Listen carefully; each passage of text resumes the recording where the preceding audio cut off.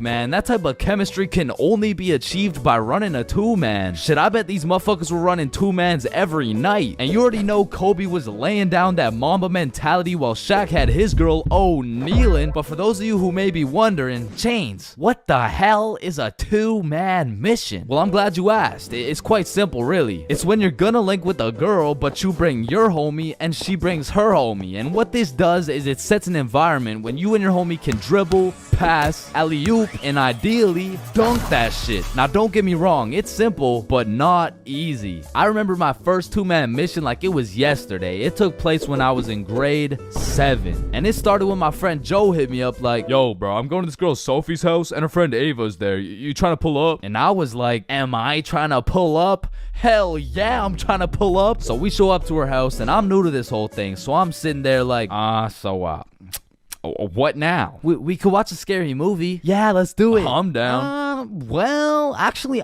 personally, I'm not a big fan of scary movies. Man, shut the fuck. So we're watching this scary movie, and to be honest with you, it was simply the best scary movie I'd ever seen in my entire life. So I was really getting invested in this plot. And Ava's like, oh my god, I'm scared. And that shit went way over my head. Well, why? It's not even at the scary part yet. And then only 30 minutes into the movie, Joe and Sophie are like, yo, we'll be right back. Oh, okay. Do you guys want me to pause the movie?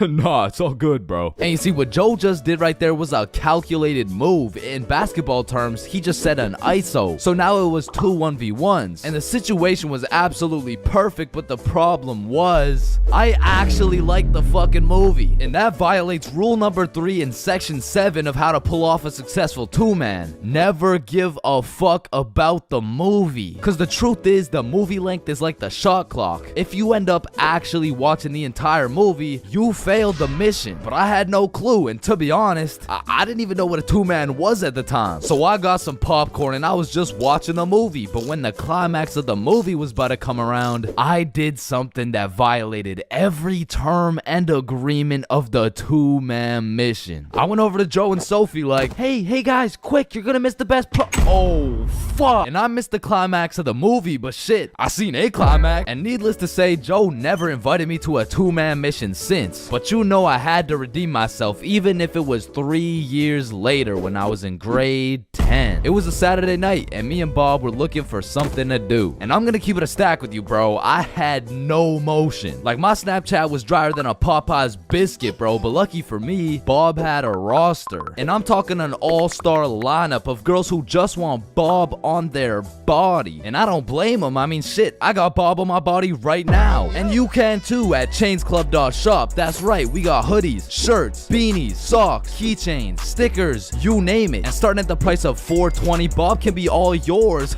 Or if you want me, I wouldn't mind being on your keychain or something.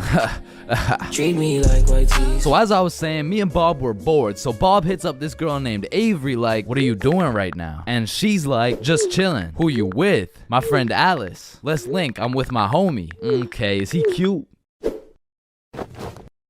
Cute as hell. Okay, come over. And I'm excited as fuck, so we get Bob's sister to drive us to Avery's crib. And as we pull up to her house, I remember a crucial detail that I'd been forgetting this whole time.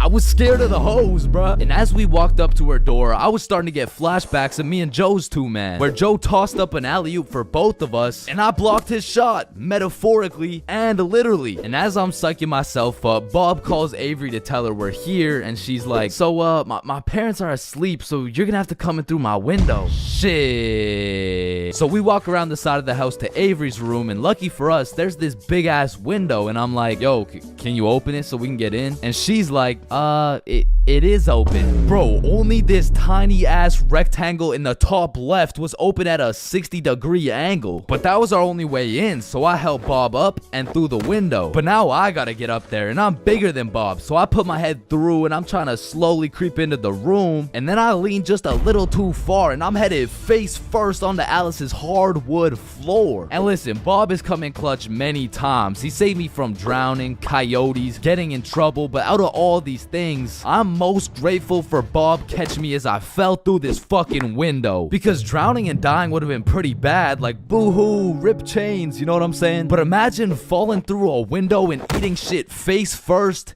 in front of the hose. Like, I would have preferred the drowning, bro. But after that close call, I was a little flabbergasted, you know what I'm saying? But Alice has the audacity to ask me this loaded ass question like, oh hey, what's your name?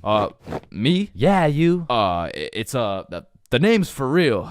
Chains for real. Nice to meet you, Mr. Frill. I'm Alice. And so we all just started talking and shit, but I keep noticing Alice was getting a bunch of text messages. And I remember thinking it was probably her mom or something, so I shrugged that shit off and man, that shit was ass. In fact, it was so ass that we just started cuddling and shit, like what else was there to do? But now that we were close, I could feel the vibrations of Alice's phone getting a call, so she's like, 1 second, I'll be right back. And I wasn't trying to eavesdrop, but I could low-key hear what she was saying through the door. I'm just at Avery's house.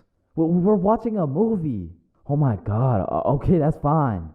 Okay. But when she comes back, she puts a pillow between us. Like the same type of shit two dudes do to make sure they don't fuck in their sleep. And I'm trying to piece everything together. And as I'm coming to the conclusion that this girl has a boyfriend, I hear footsteps coming towards the door. And when the door opens, I'm fucking bamboozled to see a 60-year-old man who looks furious. And I'm just hoping this isn't Alice's boyfriend, because if it is, we got bigger problems on our hands. But as I seen the way this man looked at Bob, I realized he's Avery's dad. And Bob wasted no time jumping out that fucking window. But for me, let's just say that shit wasn't very elegant, because I got stuck for what felt like 5 minutes making eye contact with this grown-ass man. Well, what are you trying to seduce my dad or something? Like get the fuck out. And I'm not gonna lie, we ran, bro. And once we made it home, me and Bob were relieved. But when I go to check my phone, I got a little notification on Snapchat, and I'm expecting it to be Alice or maybe even Team Snapchat or something, I don't know. But I sure as hell wasn't expecting it to be a motherfucker named Ryan Donaldson. And Ryan must have woke up on the wrong side of the bed this morning, because he's like, what the fuck did you do, dude? So I hit him back with a, who dis? And he's like, Ryan Donaldson. Yeah, no, I can see your username, bruh, but I have no clue who you are. I'm Alice's boyfriend, bitch. And Ryan got his shit hit with an instant block, bro. And so the moral of the story is, if you're gonna